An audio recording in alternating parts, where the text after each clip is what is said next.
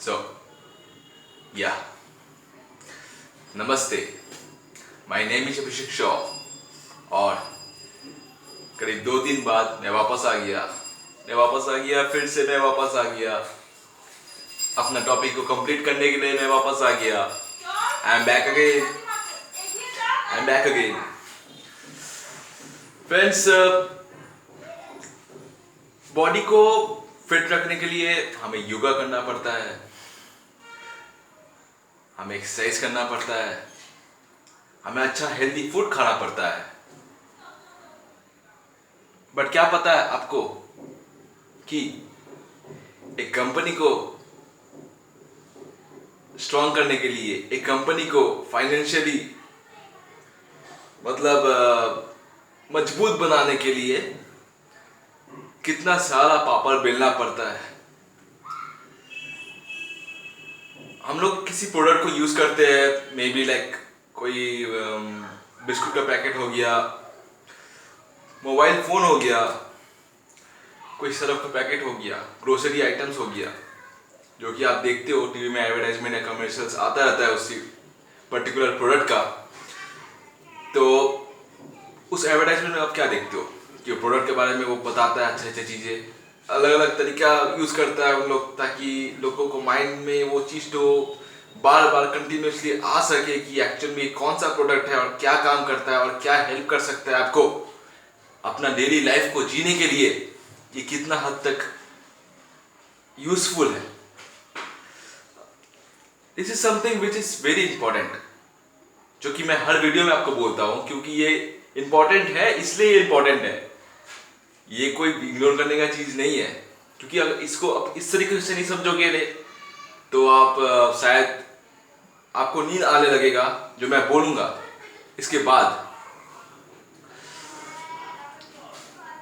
Last time मैं जब video complete कर रहा था तो उस समय मैंने आपको बोला था कि मैं शॉर्ट सेल के बारे में बताऊंगा आपको. शॉर्ट सेल एक्चुअल में ये हम लोग का टॉपिक में नहीं है, बट एक एक्स्ट्रा नॉलेज के तौर पर मैं आपको इसके बारे में थोड़ा सा एक डिस्क्रिप्शन दूंगा, जिससे कि आपको समझ में आ सके कि ये कब एमपीएस और सीपीएस के बीच में डिफरेंस सब बढ़ जाता है. करंट प्राइस और एमपीएस, मान लें करंट प्राइस 300 या एमपीएस 200 था उससे, तो इस वक्त हम लोग क्या करेंगे. शॉर्ट सेल का मतलब होता क्या है एक्चुअल में, इन सिंपल डेफिनेशन में मैं आपको बता दूं, जस्ट एक्स्ट्रा नॉलेज के लिए आप रख लो, सुन लो अच्छे से क्या बोल रहा हूं मैं. कि शॉर्ट सेल का मतलब होता है कि बिना खरीदे पहले बेच दिया और बाद में उसको कम दाम में खरीद लिया. समझे? ज्यादा दाम पे बेच दिया, कम दाम में खरीद लिया. मेरे पास है नहीं बट मैंने पहले ही बेच दिया. एक तरीका अलग है इसका.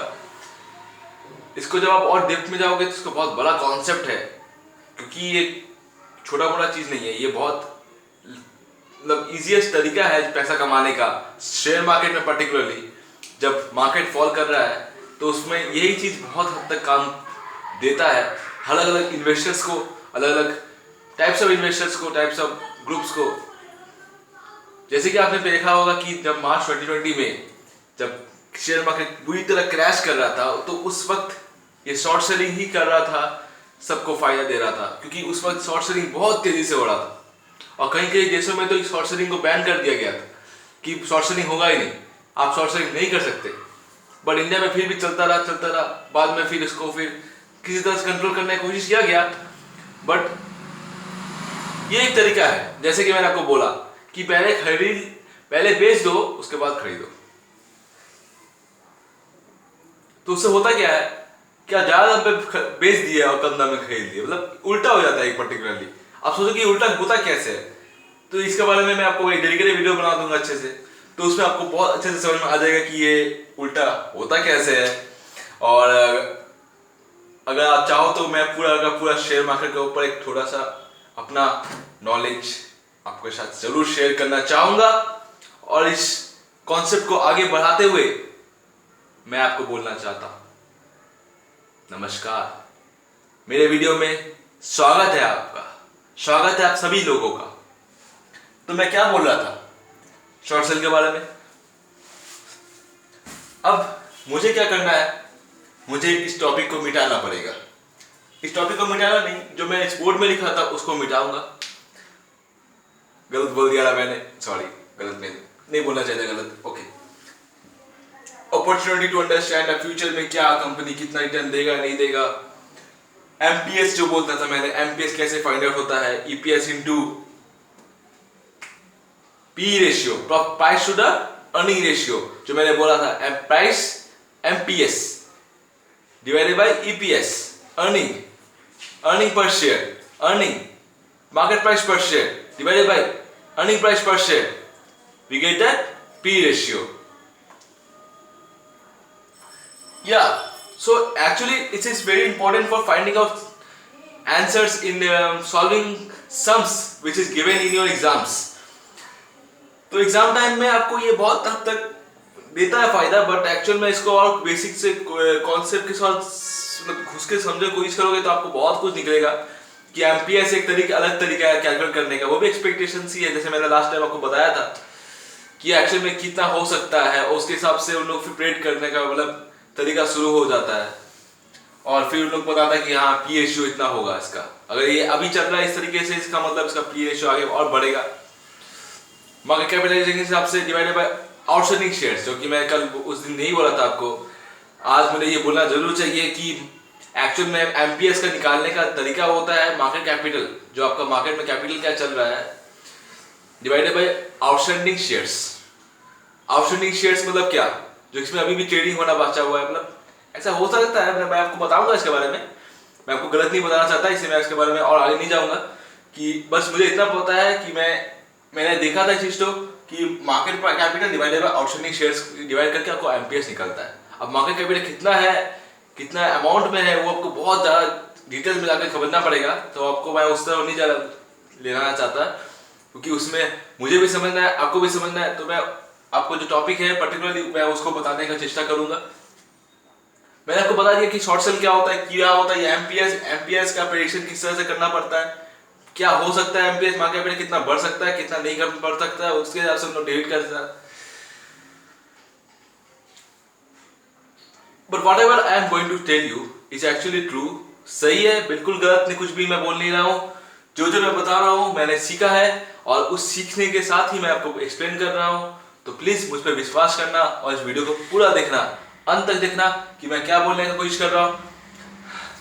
ओके, तो आगे मैं बताता हूँ कि जो मैंने पहला क्लास यानी सेकंड क्लास में मैंने आपको बोला कोशिश कर रहा था कि एक्चुअल में ये लोन का झमेला कहाँ पर होता है, पर वो एक्चुअल में एक फैक्टर है, एक मतलब डिफरेंट फैक्टर्स की लोन का झमेला होता है क्यों, तो उसमें वो भी फैक्टर रोल प्ले करता है कि वो मैं आगे बताऊंगा आपको, तो वो फैक्टर्स की भी अच्छा रोल प्ले करता है। अलग अलग फैक्टर जैसे कि मिस मैनेजमेंट ऑफ फंड, जैसे कि आप पता है आपको कि घर में भी आपको बजट तैयारी करना पड़ता है, कितना बजट होगा, इस बार पैसा उधार लेना पड़ेगा, नहीं तो इस बार किराने की दुकान से कितना का सामान आएगा, इस बार कौन सा सामान कम खरीदना चाहिए, इस बार किराने की दुकान पहले का बाकी कितना है उसको पहले निपटाना पड़ेगा, और इस बार का बाकी को फिर अगर देखें तो अगर ज़्यादा इस बार खर्चा होगा तो फिर यहाँ पर बाकी रखना पड़ेगा, उधर में हमको देना पड़ेगा, मतलब everything is well manage in your house only. तो आप अपने घर से सीख सकते हो कि एक्चुअली में कंपनी को भी वही चीज़ करना पड़ता है, बिल्कुल भी जैसे कि आप एक घर में करते हो, आप बजट तैयारी करते हो, कितना स्पेंड होगा, कहाँ से लाएंगे, इस बार सैलरी कितना आएगा, बोनस मिलेगा या नहीं मिलेगा वो बात अलग है, मैं बस बता रहा हूँ कि सैलरी कितना आएगा, क्योंकि बेसिकली सैलरीज में ज़्यादा हर हाउस होल्ड जो होता है, बेसिकली जो कि एक नॉर्मल फैमिली होता है, उन लोग बेसिकली सैलरीज पर डिपेंड करता है, बहुत कम ही लोग होता है जो कि बिजनेस करता है एक्चुअल में, और बिजनेस जो करता है उनके बात मैं बात नहीं कर रहा हूँ, तो उन लोग भी बहुत छोटा बिजनेसमैन होता है, बड़ा बिजनेसमैन होता है, देखियो अब देखोगे आप सब कुछ समझ में आ जाएगा सर, कोई सीए फर्म भी होगा ना तो उसको भी उसी तरह से मैनेज करना पड़ेगा सर, और ये झमेला कब होता है सर कि जब आप लोन ले लेकर उसको ठीक से मैनेज नहीं करते हो, और आप कहीं भी इन्वेस्ट कर देते हो और सोचते हो कि बहुत अच्छा रिटर्न मिलेगा, बिना सोचे समझे बस इन्वेस्ट कर दिया, पैसा डूब गया जाकर वहां पर, तब फिर आप क्या करोगे, तब तो फिर आपके पास कोई ऑप्शन नहीं बचेगा, तब तो फिर आप और लोन लोगे उस लोन को मिटाने के लिए, तो डेप पर डेप आपका ऊपर चढ़ता जाएगा, तो फिर एंड में क्या होगा, आप डेप्ट से लद जाओगे सर, कर्ज आपका कंधों में बुरी तरह से हावी हो जाएगा सर, और जब ये बुरी तरह से हावी हो जाएगा ना तो मुश्किल है बाबा, बहुत मुश्किल है, बहुत ज्यादा मुश्किल है। तो चलो आगे चलता हूं मैं, आई गेस स्टेटमेंट का वीडियो ऑलरेडी रिकॉर्ड हो चुका है, तो मैं अब टाइम ज़्यादा वेस्ट नहीं करना चाहता। मैं इसको मिटाता हूँ, मैं बताता हूँ कि एक्चुअल में ईपीएस का निकालने का एक और रीज़न है। ईपीएस बढ़ाने का एक और रीज़न होता है।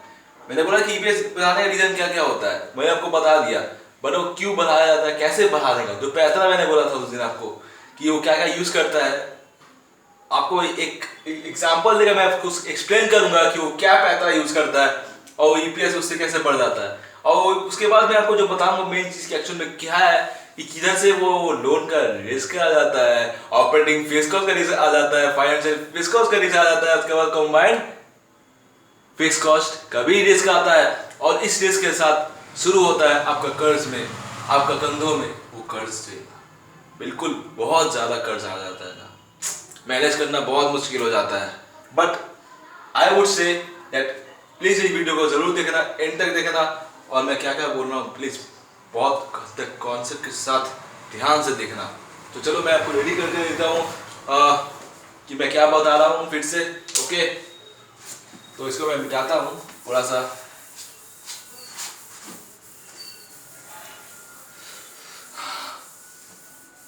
अगर काफ़ी दिन से मैं थोड़ा डीमोटिवेटेड हो गया था, बट अभी मैं थोड़ा कोशिश कर रहा हूँ अपने आप को मोटिवेट करने का, ठीक है। तो इसलिए क्या 2-3 दिन से वीडियो नहीं आ पा रहा था, but I am trying my best, और आप सपोर्ट दिएगा तो ज़रूर करूँगा। मैं एक और बात अनाउंसमेंट करना चाहता हूँ कि in the coming days class 11 का भी वीडियो आएगा।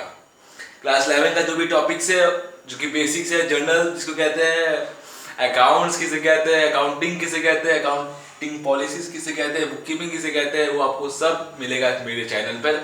तो don't forget to subscribe my channel, और इस वीडियो को जरूर पहले देखो जल्दी से, उसके बाद चैनल सब्सक्राइब जरूर कर देना, भूलना मत बिल्कुल भी। ओके, चलो क्लास 11 का वीडियो आने वाला है इस चैनल पर। ओके, पूरा बेसिक, पूरा क्लास 11 का जितना भी टॉपिक्स है, चाहे कोई भी टॉपिक हो, मैं आपको एक्सप्लेन करूंगा इस चैनल पर ही, सब कुछ आपको दूंगा। प्लेलिस्ट बना दूंगा अच्छे से, उस प्लेलिस्ट में आपको सब मिल जाएगा। जैसे सेमेस्टर 6 का प्लेलिस्ट बनेगा, 11 का प्लेलिस्ट बना दूंगा मैं, तो दोनों में एक साथ आपको मिल जाएगा। 12 का भी बनाऊंगा, 12 का पहले 11 का बना देता हूँ, क्योंकि 11 का भी बहुत लोग एंट्री कर रहा है क्लासेस में, शुरू करेगा। 12 का बहुत लोग एग्जाम देने का, एग्जाम देने के बाद लोग 11 में सॉरी जो कि 10 का एग्जाम देगा, या फिर दे चुका होगा, नहीं देगा इस बार, यस। तो उसके बाद 11 में जाएगा, तो उन लोगों को बेसिकली बहुत सब वीडियोस काफ़ी काम देगा, क्योंकि क्लास हो सकता है कब होगा नहीं होगा, मतलब क्लासेस में उन लोग ठीक से पढ़ता होगा कि नहीं, उन लोग मोबाइल यूज़ करता था, तो फिर उन लोग इस वीडियो से काफ़ी काम आ सकता है। ओके, तो या कहाँ गया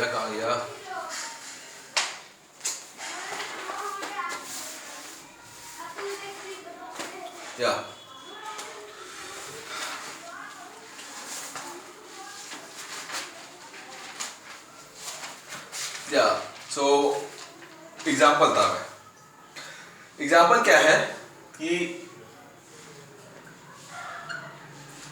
प्रॉफिट जो अवेलेबल है ना, प्रॉफिट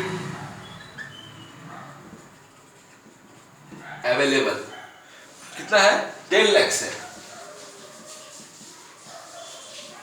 ध्यान से देखना बिल्कुल भी, अगर थोड़ा स्लो लग रहा है तो वीडियो को थोड़ा फॉरवर्ड नहीं, तो स्पीड बढ़ा दो, तो आपको जल्दी दिख जाएगा पूरा वीडियो अच्छे से।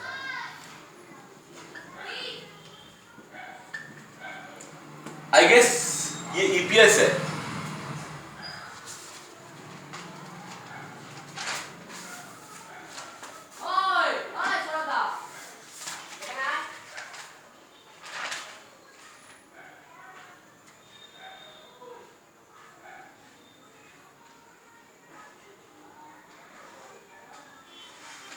ओके, तो आई गेस मैं शायद कुछ गलत कर रहा हूँ, ये मेरे एग्जाम्पल में नहीं था। ये एग्जाम्पल एक्चुअल में जो पहले का जो टॉपिक पढ़ाया था ना, तो उसी का एग्जाम्पल हो गया है, तो कुछ गलत नहीं है, मतलब वो कैरी फॉरवर्ड में आ गया, वो एग्जाम्पल में जो करवा रहा था वो एग्जाम्पल आ गया दोबारा। मैंने एक अलग से एग्जाम्पल लिख के रखा है, वो शायद मुझे गड़बड़ हो गया। एक मिनट रुक जाओ प्लीज, कुछ गलत नहीं है, क्योंकि कुछ गलत नहीं है। जो पहले का जो टॉपिक चला रहा था ना, मैंने जो लास्ट वीडियो में मैंने आपको बताया था, उसी का एग्जाम्पल है वो। ये उसी में आपको बताना पड़ेगा कि करंट एमपीएस क्या होगा। करंट एमपीएस ऐसा है तो फिर एमपीएस में डिसीजन लेंगे कि इन्वेस्ट करेंगे कि नहीं करेंगे, तो वही हम लोग करने शुरू कर दिए थे। तो डोंट मैटर बिल्कुल मेरे पर भरोसा रखो, मैं बिल्कुल कुछ गलत नहीं करवाऊंगा। ये भी कुछ गलत नहीं हो रहा है एक्चुअली, जो मैं करवा रहा हूँ एक चीज में कुछ और चीज़ था, मैं दूसरा एग्जांपल लेके बैठ गया, इसी कारण कुछ ऐसा गड़बड़ हो गया। बट डोंट वरी, मैं अभी जस्ट कर रहा हूँ आपको।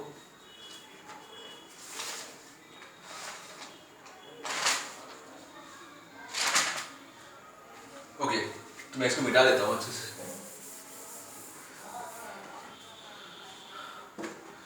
तो या आखिर होता क्या है, देखो एक बिजनेस है, ठीक है, सुनो, एक बिजनेस है, उसमें टोटल कैपिटल लगेगा 20 लाख रुपया। ओके,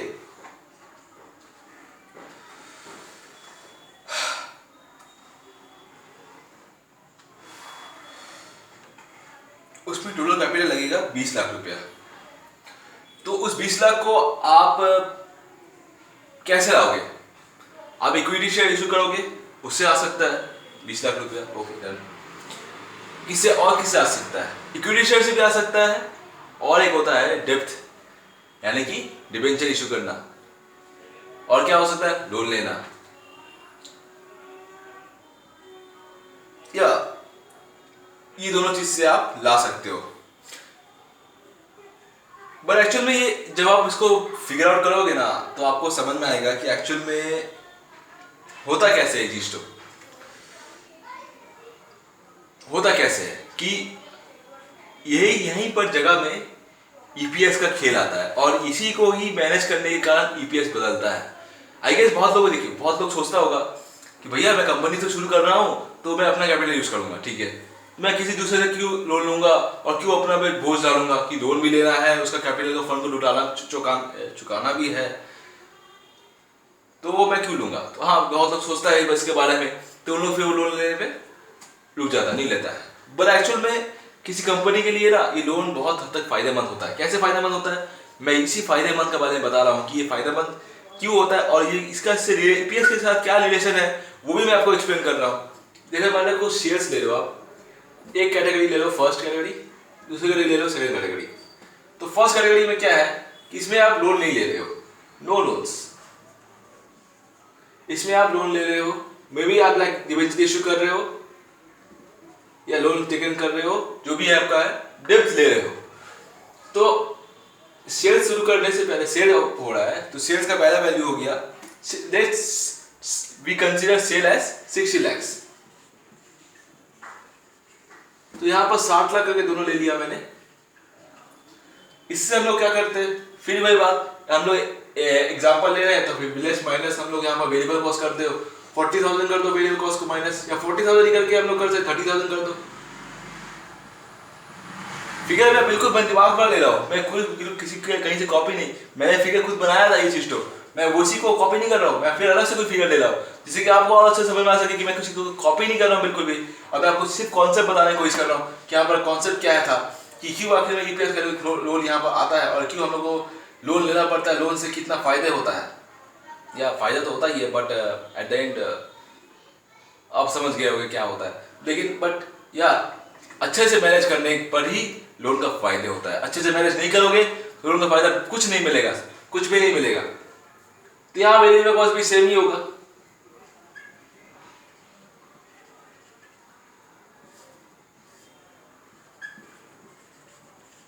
तीस लाख यहाँ पर आ गया, 30 लाख यहाँ पर आ गया, दोनों में सब कुछ अभी तक सेम चल रहा है। ये कंट्रीब्यूशन हो गया, अब कंट्रीब्यूशन से आप फीस कॉस्ट माइनस कर दो, जो कि रेंट हो गया, सैलरीज हो गया, ऑपरेटिंग खर्चा जो हो गया, ऑपरेटिंग फीस कॉस्ट होता है कि वो तो करना ही पड़ेगा सर, वो तो आप इग्नोर कर ही नहीं सकते सर। रेंट, फैक्ट्री का रेंट कौन देगा, सैलरीज कौन देगा, वेजेस कौन देगा, वो ये देगा, यहाँ पे देना ही पड़ेगा। लेट्स से 10 lakhs, दोनों में एक ही चीज है। अब आता है असली खेल, यहां पर आपको मिल गया अर्निंग बिफोर टैक्स। अब बोलो क्यों टैक्स मिला मैंने, क्योंकि यहां पर लोन नहीं लिया गया है, इंटरेस्ट तो होगा ही नहीं, तो ये सीधा टैक्स ही हो गया ना।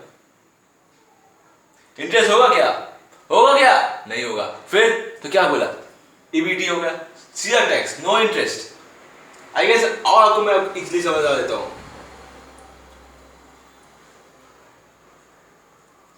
Let's say consider EBT. इसमें तो ईबीटी है, इसमें इंटरेस्ट है, बट इसमें इंटरेस्ट नहीं है, इसमें इंटरेस्ट नहीं है। अब यहाँ पर इंटरेस्ट माइनस करने जाओगे तो किसमें इंटरेस्ट रहेगा और किसमें इंटरेस्ट नहीं रहेगा? इसमें तो इंटरेस्ट नहीं है, तो ये क्या हो गया, 20 लाख ही रह गया, और इसमें इंटरेस्ट है। फिर वही इंटरेस्ट, कैसा इंटरेस्ट? लोन ले लिया, मान लो हम इसमें इंटरेस्ट ले लिए, कुछ 50,000 रुपये इंटरेस्ट ले लिए, हम बस एक एंटिसिपेट कर रहे हैं कि 50,000 रुपये इंटरेस्ट ले दिया हम इसमें। हम कुछ अलग से नहीं कह रहे कि हाँ लोन कर लो, आप कोई भी 5 लाख लोन ले लो, उसमें 10% इंटरेस्ट चार्ज कर लो या 50,000, तो या 19,50,000, ठीक है।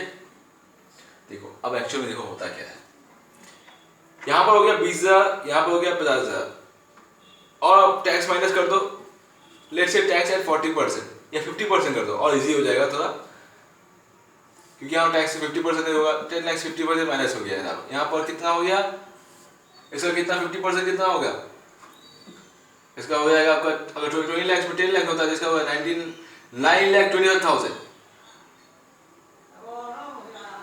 सॉरी, तो 9,75,000,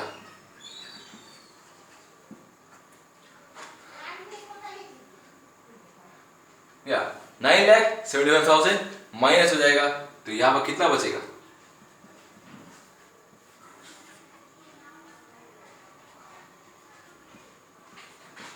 आफ्टर टैक्स, ओके ओके। अब यहाँ पर एक और चीज माइनस होगा, क्या माइनस होगा? प्रेफरेंस डिविडेंड माइनस होगा। अब वही हम लोग प्रेफरेंस डिविडेंड को भी एक एंटिसिपेट ले लेते थे,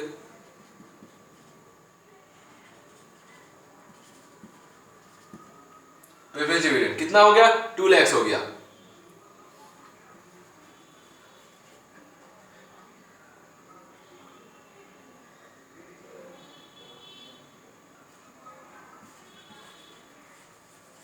एंटिसिपेट, कुछ हम लोग अलग से कुछ नहीं ले रहे, एंटिसिपेट कर रहे हैं इसको खाली। कितना हो गया यहाँ पर? 8 लाख। यहाँ पर कितना हो गया? 7,75,000। बस देखते रहो कि यहाँ पर इंटरेस्ट नहीं है, यहाँ पर इंटरेस्ट जुड़ा हुआ है, यहाँ पर इंटरेस्ट नहीं है, यहाँ पर इंटरेस्ट जुड़ा हुआ है, तो एक्चुअल में यहाँ पर जो डिफरेंस आ रहा, आपको लग रहा होगा कि ये तो कम हो गया और ये ज्यादा हो गया। असल में देखोगे आप तो आपको लगेगा कि यहाँ पर ये प्रॉफिट है ना, प्रॉफिट मतलब क्या? प्रॉफिट अवेलेबल या profit for equity share holders. हम लोग प्रॉफिट अवेलेबल लिख सकते हैं, तो फिर इसका फुल शॉर्ट फॉर्म बना दो, प्रॉफिट बना दो। प्रॉफिट मतलब क्या? P for profit, A for available, और F for equity share holders, ESH, profit. ऐसे भी बना सकते हो आप, या फिर बोल सकते हो profit for equity share holders, आपका मन, ऐसे भी कर सकते हो।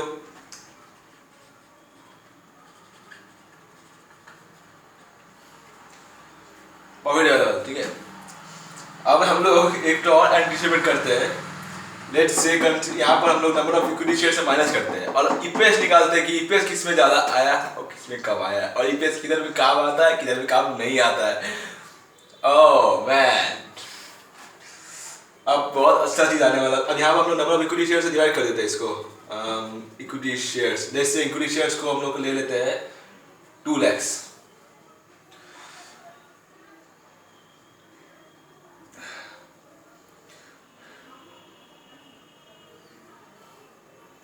हाँ ओके, एक्चुअली इक्विटी शेयर्स कुछ कम हुआ, क्योंकि एक्चुअल हम लोग तो जितना लिए हैं, कैपिटल लिए थे हम लोग, कुछ अलग लिए थे ना।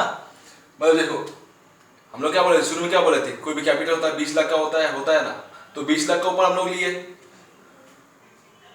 20 लाख में, मान लो पूरा 20 लाख आप इक्विटी शेयर इशू कर सकते हो, 10 लाख करके, 10 लाख इक्विटी शेयर इंटू, या 1 लाख इक्विटी शेयर निकल के कर सकते हो, या फिर आप उसको डिवाइड कर सकते हो। 10 लाख से आधा इक्विटी शेयर हो गया, आधा पे डिविडेंड पे क्या हो गया, मतलब दूसरा चीज में हो गया, जैसे मतलब क्या, लोन में हो गया, डिबेंचर्स में हो गया।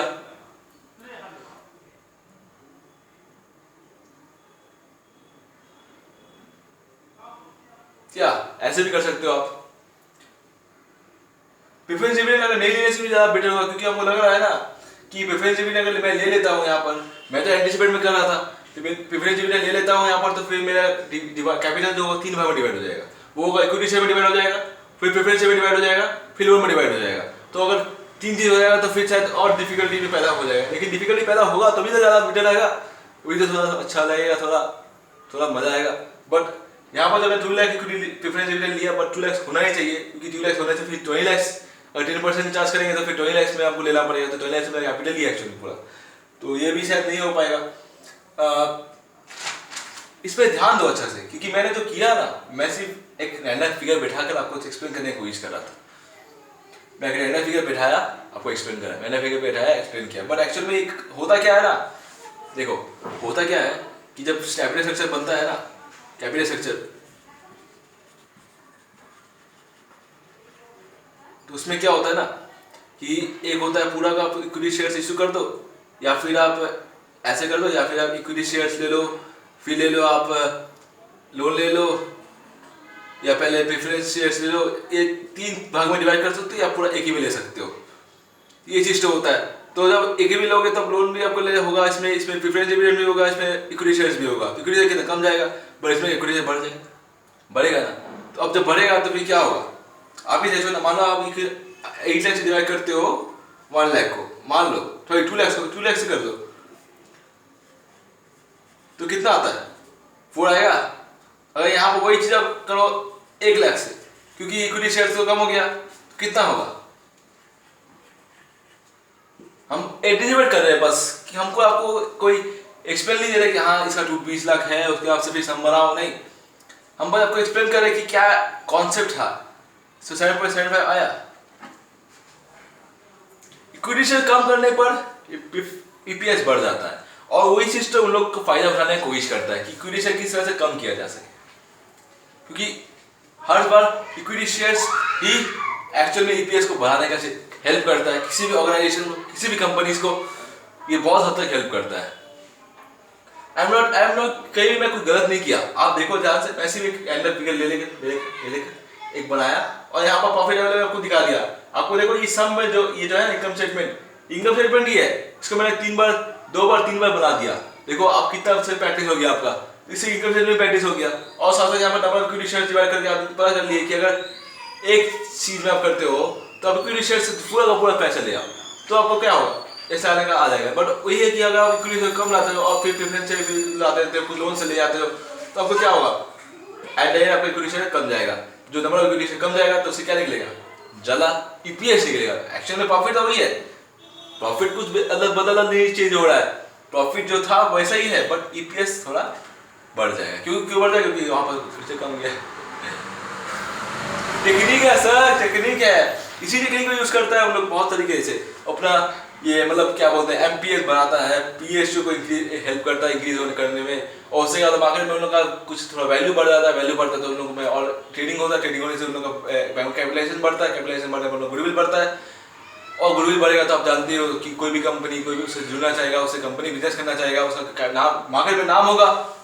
आखिर रिलायंस का मार्केट में नाम क्यों है, क्योंकि उसका कंपनी का गुडविल बहुत ज़्यादा है, मार्केट कैपिटल उसका 10 लाख करोड़ से भी ज़्यादा है, 10 लाख करोड़ से भी ज़्यादा है इसका, रुपीज़ में बता रहा हूँ, 10 लाख करोड़ से भी ज़्यादा उसका मार्केट वैल्यू है। अब बोलो उसका मार्केट वैल्यू क्यों इतना ज़्यादा है, एक्चुअल में बहुत सही से काम कर रहा है, बहुत उसका ओनरशिप मैनेजमेंट सब परफेक्ट है, तो वो कैपिटल मार्केट कैपिटल क्या है, वो एक्चुअल में पैसा पब्लिक का ही है, वो कोई कंपनी का पैसा नहीं है, वो पैसा पब्लिक का ही है, बट पब्लिक के हिसाब से वो कैसा मार्केट में लगा हुआ है, बट एक्चुअल में वो कंपनी का नहीं है, पब्लिक उस पैसा को दिया था, पब्लिक का पैसा है वो, और वो कंपनी का में लगा हुआ है, और कंपनी का वो पब्लिक पैसा वो बढ़ा रहा, और पब्लिक क्या होता है उसमें और दिलचस्पी लेता है, और उसमें वो इन्वेस्ट करता है, और बड़ा बड़ा लोग कंपनी दूसरा कंपनी में जुड़ना चाहता है ताकि उनको भी उस कंपनी का फायदा मिल सके। आखिर में क्यों होता है कुछ अच्छा कंपनी, बड़ा कंपनी कैसे बढ़ता है। अब ये चीज़ तो हो गया तरीका करने का उन लोग, लेकिन कभी कभार क्या होता है कि अगर कंपनी अगर अंदर से सही नहीं है तो फिर इस चीज़ का फायदा नहीं होता है, ये चीज़ फिर गलत हो जाए, बाद में आएगा फिर वो चीज़, मतलब एट द एंड आपका प्रॉफिट कम जाएगा, तो फिर आप कुछ नहीं कर पाओगे। क्यों कमेगा प्रॉफिट, क्योंकि आप सही से काम नहीं कर रहे हो, आप चेष्टा करते हो, बहुत कंपनी लोग करता है, और इसी तरह से लोग लोन भी ज़्यादा ले लेने की कोशिश करता है, लोन ले लेकर उन लोग कोशिश करता है कि हम बढ़ाए जितना बढ़ाना बढ़ा ये मैं बोल रहा हूँ, मैं सही से बता रहा हूँ कि ये जो मेरी सोच है, ये मैं आपको एक्सप्लेन कर रहा हूँ कि ये सही में ही सोच ऐसा होता है और करता है बहुत लोग। बहुत कंपनी लोग अपना इस चीज़ में करता है, वो लोग लोन लेने की कोशिश करता है और लेकर वो लोग इस तरह से बढ़ाने की कोशिश, मतलब एक्चुअल बढ़ा। बट अगर आप एट द एंड अंदर से ही खोखले हो तो फिर आप कुछ नहीं उखाड़ सकते सर, आप कुछ नहीं उखाड़ सकते सर। अगर आप अंदर से ही खोखले हो तो बिल्कुल आप कुछ नहीं उखाड़ सकते। तो आपको समझ में आ गया होगा कि मैं क्या बोलने की कोशिश कर रहा हूँ। ये जो इंक्रीज कर दिया आपने, ये जो इंक्रीज हो गया और ये कम गया, ये क्या हो गया आपने देखा ना क्या हुआ, मजेदार हुआ कि नहीं हुआ। अब देखो जब आप लोन लेते हो ज्यादा करके, लोन कंपनी सोचता है कि आप लोन लेते हैं तो चेष्टा करते हैं, ये एक फैक्टर है। ये बिल्कुल भी नहीं मैं बोल रहा हूँ कि इसके वजह से लोन का प्रॉब्लम क्रिएट होता है, नहीं, ये एक फैक्टर है। इस फैक्टर को यूज करता है लोग और उस फैक्टर की वजह से भी लोन, बहुत सारा लोन और ये प्रॉब्लम क्रिएट होता है। बट ये एक फैक्टर है। एक और फैक्टर भी इसका मिसमैनेजमेंट भी है, और भी 2-3 फैक्टर्स है जो कि सब चीज मिलकर लोन का प्रेशर बढ़ाता है, फाइनेंशियल रिस्क बढ़ाता है, और रिस्क बढ़ाता है तो फिर कंपनी को नुकसान होता है और कंपनी के ऊपर सर में बोझ ज्यादा आता है और वो बोझ कंपनी फिर सुलझा नहीं पाता है और बाद में आपको फिर दिक्कत होता है, बहुत ज्यादा दिक्कत होता है। तो आगे मैं चलता हूँ कि इससे क्या रिस्क पैदा होता है और वो कितना टाइप्स का रिस्क होता है, कैसा रिस्क होता है, मतलब बहुत मजेदार टॉपिक होने वाला है सर। आपने देख लिया कैसे मैं समझाया मैंने आपको कि क्यों एक्सेल इंक्रीज होता है, कि यहाँ पर इन लोग हेल्प करता है लोग इस चीज को। ये आप ध्यान से देखो, आपको समझ में आ जाएगा, बिल्कुल समझ में आ जाएगा सर, बिल्कुल समझ में आ जाएगा। चलो तो नेक्स्ट टॉपिक में चलते हैं हम लोग, रिस्क। एक्चुअल में रिस्क किस तरह से होता है देखो, मैं चलता हूँ, चलो मैं आपको बताता हूँ, ठीक है। मैं इसको मिटा देता हूँ आपको अच्छे से।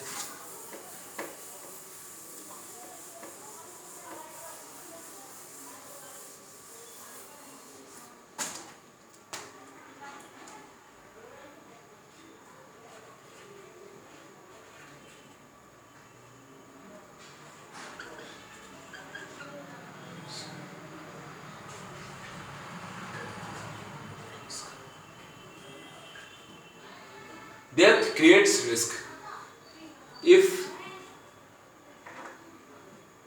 following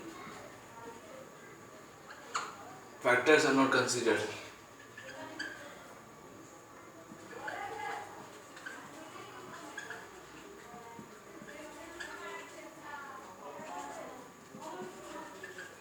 Properly, क्या रिस्क है?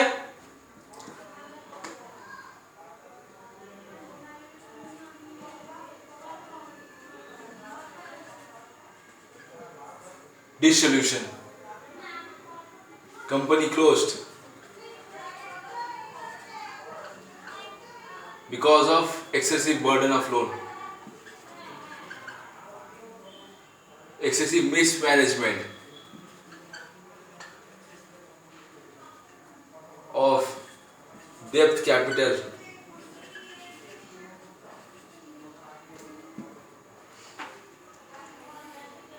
एक कंपनी इस अपना लोन से कहां पहुंचता है और एक कंपनी अपना लोन से कहां पहुंचता है। एक कंपनी ऊपर उठता है और एक कंपनी बंद होने के कगार में पहुंच जाता है।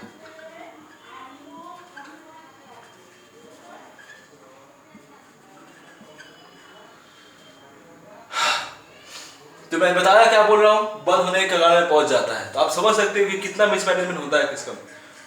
लोन को पैसा खा गया, वर्कर पैसा खा जाता है, जो काम करता है ऑफिसर्स लोग, उन लोग करप्ट हो जाता है।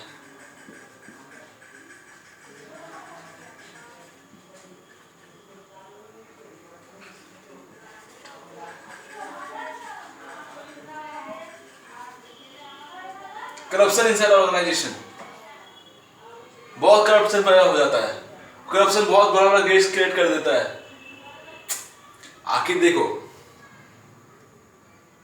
प्रॉब्लम कब होता है, प्रॉब्लम कब होता है जब आप रिस्क जो होता है आपको बढ़ जाता है। प्रॉब्लम कब होता है, प्रॉब्लम तब होता है जब आपका लोन जो होता है वो बढ़ जाता है काफी ज्यादा। प्रॉब्लम कब होता है, प्रॉब्लम तब होता है जब आप लोन को हैंडल नहीं कर पा रहे हो और वो पैसा बुरी तरह से कहीं उल्टा पुल्टा जगह में लग गया है और वो कुछ रिटर्न दे नहीं रहा है। आपको इंटरेस्ट चुकाना है, चुकाना है कि नहीं चुकाना है, प्रत्येक महीना इंटरेस्ट चुकाना है। और उसी इंटरेस्ट को चुरी चुकाओगे तो आपको क्या करेगा, उस इंटरेस्ट का पैसा कहां से आएगा, कहीं से लाना पड़ेगा। डेप्थ में प्रत्येक महीना जो प्रत्येक प्रतिशत आपको इंटरेस्ट चुकाना पड़ता है, 10-10%, 20-20%, कहां से आएगा वो इंटरेस्ट का पैसा। और फिर जब 5 साल बाद डिबेंचर को रिपेमेंट करने का हो तब पैसा कहां से आएगा। क्या तुम उस कैपिटल को, क्या तुम अपना जिंदगी भर उसको क्या यूज करते रहेगा। कोई लोन लिया किसी कंपनी से, तुम किसी बैंक से या किसी इंस्टीट्यूशन से, 10 साल पीरियड का हो सकता है, 20 साल पीरियड का हो सकता है, तो उससे ज्यादा अगर तुम करेगा तो तुम पेमेंट नहीं करेगा तो क्या तुमको छोड़ देगा, नहीं छोड़ेगा ना, नहीं छोड़ेगा ना। आखिरकार वो कंपनी, वो सिचुएशन पैदा होता क्यों है, पैदा इसी कारण होता है। एक से मिसमैनेजमेंट करता है, एक से मिसमैनेजमेंट होता है कंपनी का। अलग अलग तरीके का एक्सपेंसेस दिखा रहा है, भारी भरकम एक्सपेंसेस जो कि कोई जिसका नीड ही नहीं है उसको एक्सपेंसेस दिखा रहा है। दिखाकर बोलता है देखो इस पर फाइनेंस में इतना लॉस जनरेट हो गया, इतना लॉस जनरेट, लॉस पर लॉस, लॉस पर लॉस, लॉस पर लॉस जनरेट होता रहता है। और कैपिटल उनको मिलता नहीं कहीं से, कोई इन्वेस्टमेंट करेगा ही नहीं, क्योंकि इतना लॉस हो रहा है, कोई इन्वेस्ट क्यों करेगा। इस कंपनी का कोई फ्यूचर है क्या, आगे जाकर कंपनी कुछ अच्छा परफॉर्म करेगा तब उसमें इन्वेस्ट करने का कोई सोचता भी है। कोई इन्वेस्टर आता है और उसका कुछ स्टेक बाई कर लेता है, या फिर उसको कुछ अलग से फिर लोअर एक्सेसिव लोन दे देता है। और जब उस लोन को आप रिपेमेंट नहीं कर पा रहे हो तो आपको वो क्या होता है, तो आपको वो फिर दिवालिया घोषित कर दिया जाता है उस कंपनी को, और फिर वो कोई काम का नहीं रह जाता, उसके साथ सब कुछ सब डूबता है। उसका मालिक डूबता है, उसका इन्वेस्टर डूबता है, इन्वेस्टर का पैसा भी बहुत सारा चला जाता है, कुछ दिखता तो नहीं है। बट एक्चुअल में डिसोल्यूशन भी कई सारी तरीका सही नहीं होता है। तो डिसोल्यूशन को नहीं करके बहुत लोग सोचता है कि हम लोग कैपिटल रिस्ट्रक्चरिंग करेंगे, तो वो भी करता है हम लोग, बट कितना बार कैपिटल रिस्ट्रक्चरिंग का होगा, क्योंकि डिसोल्यूशन में क्या होता है एक्चुअल में 20 से 30% मिलने का चांसेस होता है जो आपका इन्वेस्टमेंट हुआ है। सिर्फ 20 से 30% सोचिए, तो 80% आपका खत्म, वो मिलेगा ही नहीं। तो इससे अच्छा हम 20 से 30% ऐसे ही खुद कम कर देंगे अपना जो क्लेम है, और कंपनी का थोड़ा बर्डन कम जाएगा, तो उन लोग अपना थोड़ा परफॉर्मेंस कर पाएगा अच्छे से, उन लोग कहीं और से पैसा जुगाड़ कर सकेगा। क्योंकि अगर बर्डन कमेगा तो लोन कैपिटल कमेगा, लोन कैपिटल कमेगा तो कंपनी का तो बोझ कमेगा कि नहीं कमेगा, कमेगा जरूर। तो बस वही चीज होता है। अब आगे जो होगा, आगे जो मैं बता रहा हूँ वो रिस्क जो होता है, रिस्क कितने प्रकार का रिस्क होता है। आप प्रकार देखोगे, प्रकार मतलब क्या, टाइप्स ऑफ रिस्क उसे बोलते हैं, तो वो चीज अब बहुत इंपॉर्टेंट आने वाला है। तो मैं बताया इसका और फैक्टर्स हो सकता है, और भी अलग अलग तरीके का हो सकता है, जैसे कि मेनली ये सब चीज फैक्टर प्रॉब्लम करता है। मिसमैनेजमेंट हुआ, करप्शन हो गया, भीतर में कुछ काम ठीक से नहीं हो रहा है, या फिर इन्वायरमेंट ठीक से वो फेवरेबल नहीं हो रहा है, या फिर जहाँ पर सिचुएटेड है कंपनी उस जगह में उसका चलती नहीं है, या फिर उसका कॉम्पिटिशन इतना बढ़ गया है कि उसका माल बिक्री होना बंद हो गया है। तो ऐसा भी होता है बहुत बार केसेस में। तो मैं उस पर नहीं जा रहा हूँ, मैं बस आपको एक्सप्लेन किया एक छोटा सा कॉन्सेप्ट कि एक्चुअल में रिस्क कहाँ पर ज़्यादा होता है और क्यों ऐसा होता है। और यही तो है सर फाइनेंशियल मैनेजमेंट, जो कि आपको करना पड़ेगा अपना कंपनी के लिए, अपना ऑर्गेनाइजेशन के लिए। ओनर्स को करना पड़ेगा, डायरेक्टर्स को करना पड़ेगा, मैनेजमेंट करना पड़ेगा, सबको मैनेज मिलकर काम करना पड़ेगा सर, तभी कुछ हो पाएगा, कुछ नहीं। चलो आगे मैं बढ़ता हूँ। जो रिस्क आने वाला है, क्या क्या कैसे तरीके का रिस्क होता है, वो सब वही मैं बताऊंगा आपको।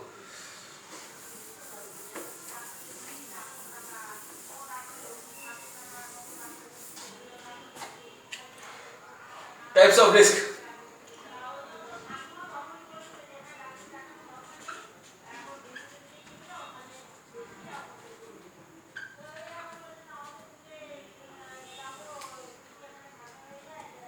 टाइप्स ऑफ रिस्क में आ गया पहला आपका ऑपरेटिंग फिक्स कॉस्ट।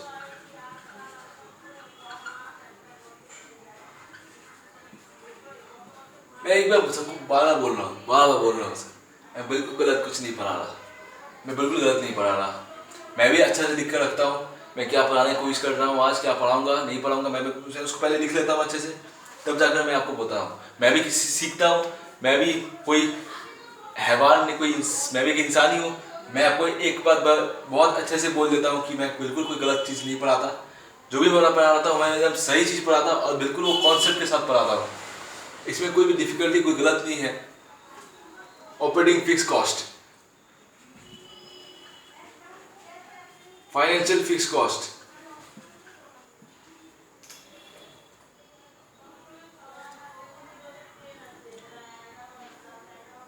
कॉस्ट ये लिख रहा है, सॉरी सॉरी सॉरी सॉरी, ये लिखना नहीं चाहिए मुझे, ऑपरेटिंग रिस्क नहीं चाहिए, हाँ ऑपरेटिंग रिस्क, फाइनेंशियल रिस्क,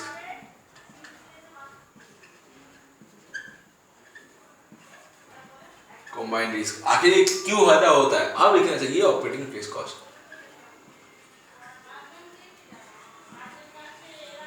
इससे पैदा होता है ऑपरेटिंग रिस्क, इससे पैदा होता है फाइनेंशियल रिस्क, इससे पैदा होता है कंबाइंड फिक्स कॉस्ट, इससे पैदा होता है कंबाइंड रिस्क।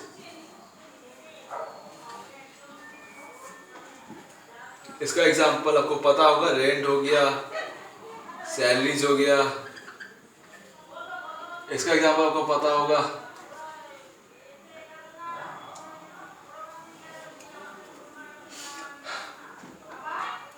इंटरेस्ट हो गया ऑन लोन, डिवेंचर्स डिवेंचर, ऐसे ही। और इसका दोनों मिलाकर आपको जो मैंने बोला, इसमें सब कुछ दोनों को आप ऐड कर दो, और इस ऑपरेटिंग प्लस फाइनेंशियल में जो मिला आपको एग्जाम्पल, वही चीज ऐड कर दो, मिला जुला के आपका ऑपरेटिंग कंबाइंड बेस बनता है। लिवरेज, लिवरेज जो मैंने फर्स्ट पार्ट में आपको बताया था, लिवरेज क्या होता है, लिवरेज कैसे होता है, लिवरेज, लिवरेज क्या है, लिवरेज, लिवरेज वही है, this is called what we call leverage.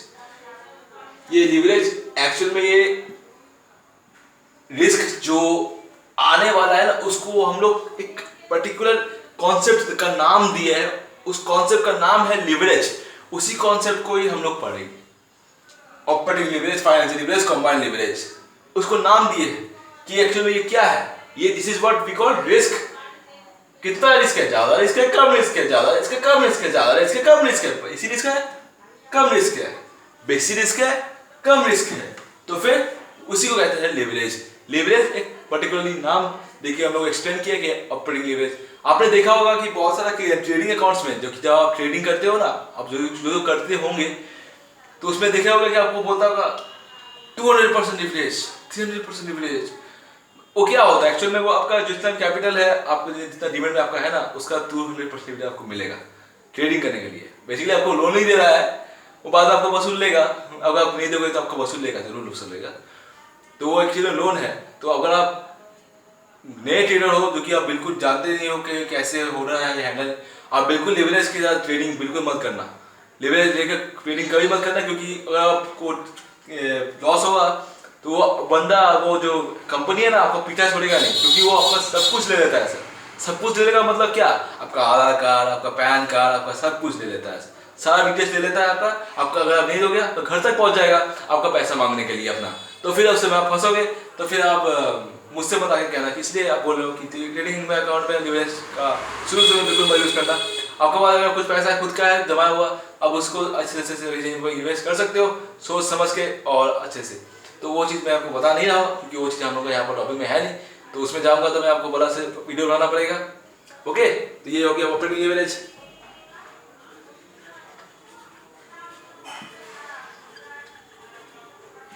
ये हो गया आपका फाइनेंशियल लिवरेज, और ये हो गया आपका combined leverage.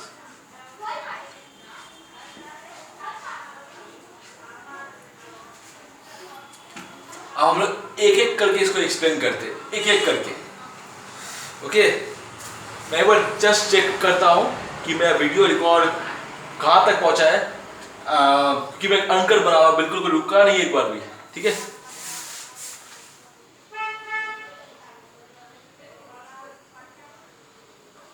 Okay okay okay okay okay. मुझे लगता है मुझे वीडियो को एंड करना पड़ेगा, क्योंकि शायद मेरे मेमोरी थोड़ा बढ़ जा रहा है। मैं जहां तक बताया था आपको, आप अच्छे से देख लो इसको। टाइप सर्विस क्या होता है, operating risk, financial risk, combined risk. Combined risk का operating fix cost, financial fix cost, combined fix cost, rent, salaries, interest, loan, operating मिलाकर जो भी जितना एग्जांपल होता है उसको कोई ऐड कर दो इसमें। कॉम्बिनेशन उसको कहते हैं हम लोग। और इसी को जब आप एक्सप्लेन करते हो ना किसी टर्म्स में कि हाँ कितना रिस्क हो गया, this is what operating average, this is what we call financial average, this is what we call combined या this is what we call combined average. Please noise को इग्नोर करना बिल्कुल भी।